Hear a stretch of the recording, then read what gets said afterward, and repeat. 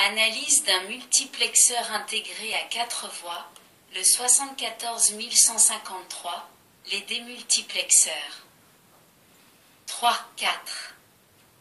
Analyse d'un multiplexeur intégré à 4 voies, le 74153.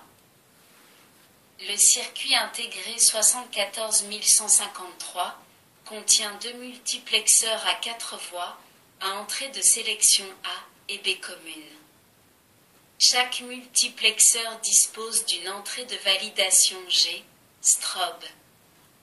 Celle-ci, portée à l'état 1, force la sortie du multiplexeur correspondant à l'état 0, indépendamment de l'état des autres entrées. Le brochage et le schéma logique de ce circuit intégré sont donnés à la figure 32, tandis que la figure 33 donne sa table de vérité. 3.5. Utilisation d'un multiplexeur comme générateur de fonctions. Outre la commutation de plusieurs signaux logiques, le multiplexeur peut être utilisé pour remplacer un réseau. Ceci est rendu possible parce que l'équation de la sortie d'un multiplexeur fait apparaître toutes les combinaisons possibles des entrées de commande. Prenons l'exemple d'un multiplexeur à 16 voies, E0 à E15, donc à 4 entrées de commande, A, B, C et D. La sortie S a pour l'équation S égale D bar, C bar, B bar, A bar, E0, plus D bar, C bar, B bar, A, E1, plus D, C, B, A, E15. Puisque toutes les combinaisons des entrées A, B, C et D sont présentes dans cette équation, nous pouvons réaliser avec ce multiplexeur n'importe quelle fonction logique comportant le même nombre d'entrées, soit 4. La méthode est la suivante. Les entrées de commande du multiplexeur deviennent les entrées du réseau que l'on veut réaliser.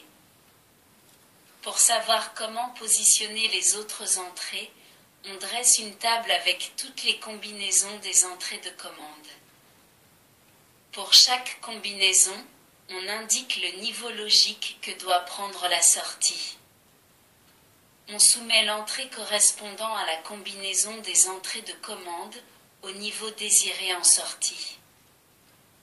L'exemple qui suit va clarifier la procédure.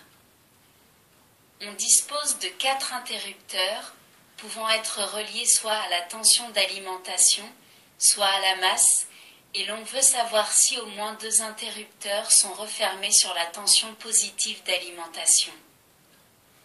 Un circuit de ce genre peut être utilisé pour la signalisation de panne ou encore pour le comptage de pièces sur une chaîne de fabrication. Si l'on utilise des portes logiques intégrées, on obtient le circuit représenté à la figure 34. La sortie du circuit se met au niveau H, quand au moins 2 des inverseurs sont commutés sur la tension positive. On s'aperçoit qu'il faut employer plusieurs types de portes, des portes OU à 3 entrées, une porte OU à 2 entrées et une porte E à 4 entrées. Nous allons voir que la même fonction peut être obtenue avec un multiplexeur unique à ses entrées. D'après ce qui a été dit auparavant, les 4 interrupteurs sont reliés aux 4 entrées de commande D, C, B, A du multiplexeur.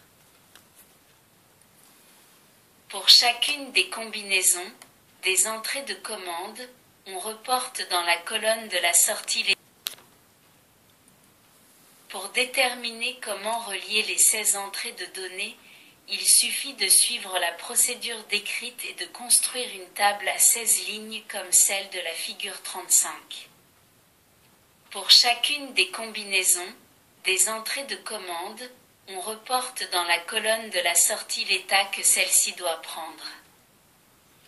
Dans la table de la figure 35, Les lignes représentées en caractères rouges correspondent au cas où deux au moins des entrées de commande sont au niveau H, et pour lesquelles la sortie doit donc être au niveau H.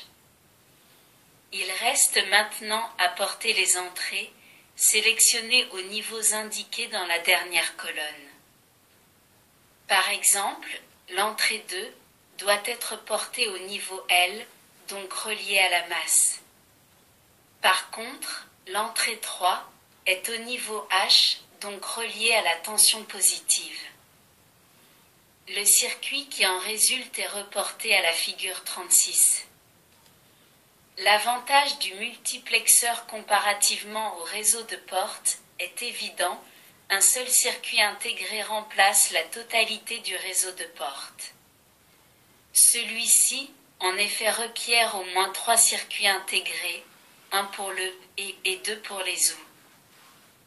En règle générale, il est plus économique d'utiliser des circuits intégrés complexes, comme le multiplexeur à la place de portes traditionnelles, N-AND, N-OR et OU, pour assurer la fonction d'un réseau combinatoire.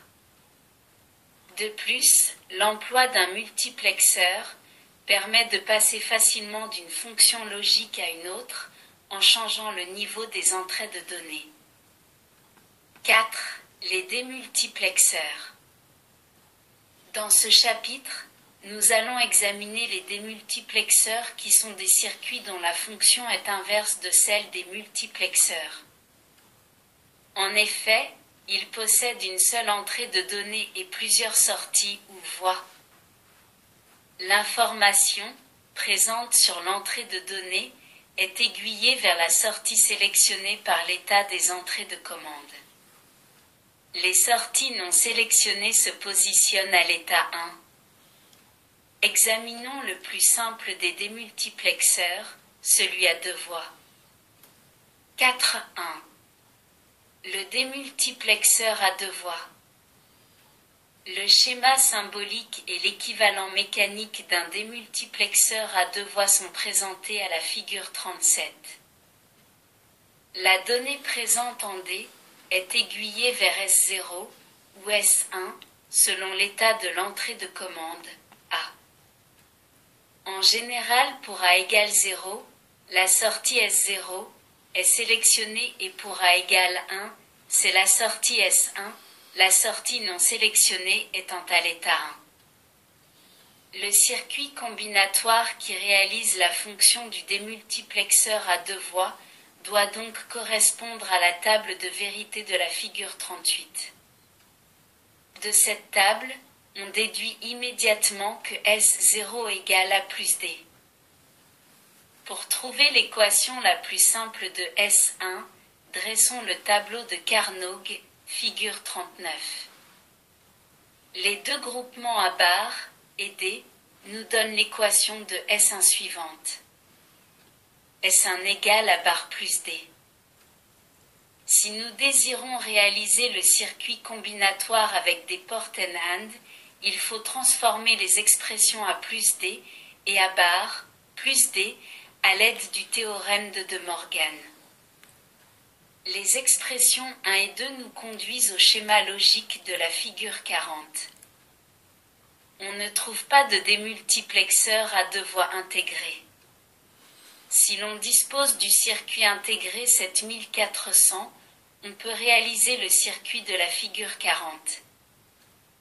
Autrement, il faut se tourner vers le démultiplexeur intégré à 4 voies, le 74 LS139. 4.2. Analyse d'un démultiplexeur intégré à 4 voies, le 74 LS139. Le circuit intégré 74 LS139 contient 2 démultiplexeurs à 4 voies. Chacun d'eux possède 2 entrées de sélection A et B, une entrée de données G et 4 sorties, Y0 à Y3. Le brochage et le schéma logique de ce circuit sont donnés à la figure 41, tandis que la figure 42 donne sa table de vérité. On remarque que le nombre binaire formé par l'état des entrées de sélection B et A donne l'indice décimal de la sortie concernée. Par exemple, lorsque BA égale 10, soit 2 en décimale, la sortie concernée est Y2. 4.3.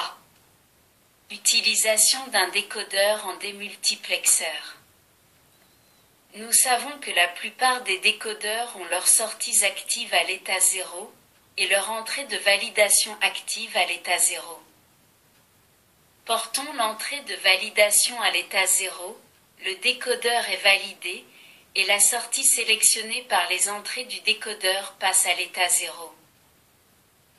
Nous pouvons dire que la donnée 0 présente sur l'entrée de validation est transférée sur la sortie sélectionnée.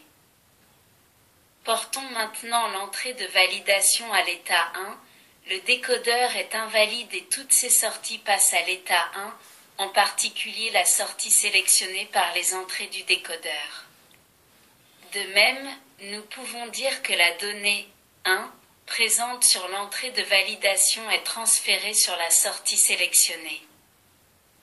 En résumé, la donnée logique, présente sur l'entrée de validation, est aiguillée vers la sortie sélectionnée par les entrées du décodeur.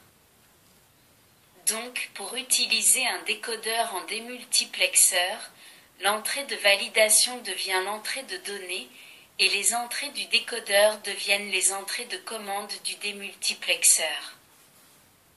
La figure 43 illustre comment on passe d'un décodeur à un démultiplexeur. La prochaine théorie traitera des mémoires.